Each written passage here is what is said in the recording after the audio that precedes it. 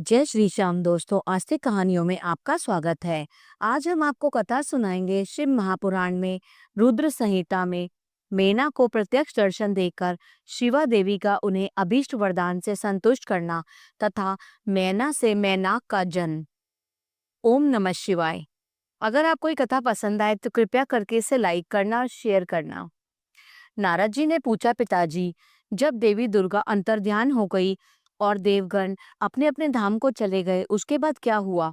ब्रह्मा जी ने कहा, मेरे पुत्रों में श्रेष्ठ विप्रवर नारद जब विष्णु आदि देव समुदाय हिमालय और मैनक को देवी की आराधना का उपदेश दे चले गए, तब गिरिराज हिमाचल और मैना दोनों दंपत्ति ने बड़ी भारी तपस्या आरंभ की।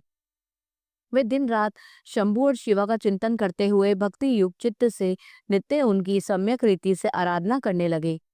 हिमवान की पत्नी मेना बड़ी प्रसन्नता से शिव सहित शिवा देवी की पूजा करने लगी। वे उन्हीं के संतोष के लिए सदा ब्राह्मणों को दान देती रहती थी। मन में संतान की कामना ले मैना चैत्र मास के आरंभ से लेकर 27 वर्षों तक प्रतिदिन तत्परता पूर्वक शिवा देवी की पूजा और आराधना में लगी रहीं। वे अष्टमी को उपवास करके नवमी को लड्डू बलि सामग्री, पीठी, खीर और गंध पुष्प आदि देवी को भेंट करती थी। गंगा के किनारे औषधि प्रस्थ में उमा की मिट्टी की मूर्ति बनाकर नाना प्रकार की वस्तुएं समर्पित करके उसकी पूजा करती थी।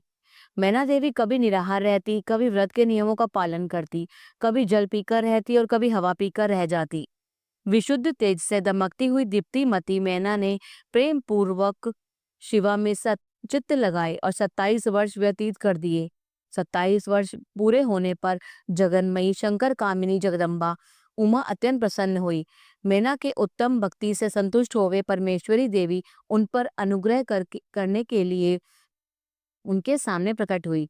तेजोमंडल के बीच में विराजमान तथा दिव्य अवयवों से संयुक्त उमा देवी प्रत्यक्ष दर्शन दे मैना से हंसती हुई बोली। देवी ने कहा, गिरिराज हिमालय की रानी महासाध्वी मैना, मैं तुम्हारी तपस्या से बहुत प्रसन्न हूँ। तुम्हारे मन में जो भी अभिलाषा हो उसे कहो। मैना, तुमने तपस्या, व्रत और समाधि के द्वारा जिस जिस वस्तु के लिए प्रार्थना की है वह सब मैं तुम्हें दूंगी। तब मैना ने प्रत्यक्ष प्रकट हुई कालिका देवी को देखकर प्रणाम किया और इस प्रकार कहा। मैना बोली, देवी, इस समय मुझे आपके स्वरूप का प्रत्यक्ष दर्शन हुआ है, अतः मैं आपकी स्तुति करना चाहती हूँ। कालिके, इसके लिए आप प्रसन्न हो? ब्रह्मा जी कहते हैं, नारद, मैना के ऐसा कहने पर सर्वमोहिनी कालिका देवी के मन में अत्यंत प्रसन्न हो अपनी दोनों बाहों से खींचकर मैना को हृदय से लगा लिया। इससे उन्हें तत्काल महाज्ञान की प्राप्ति हो गई।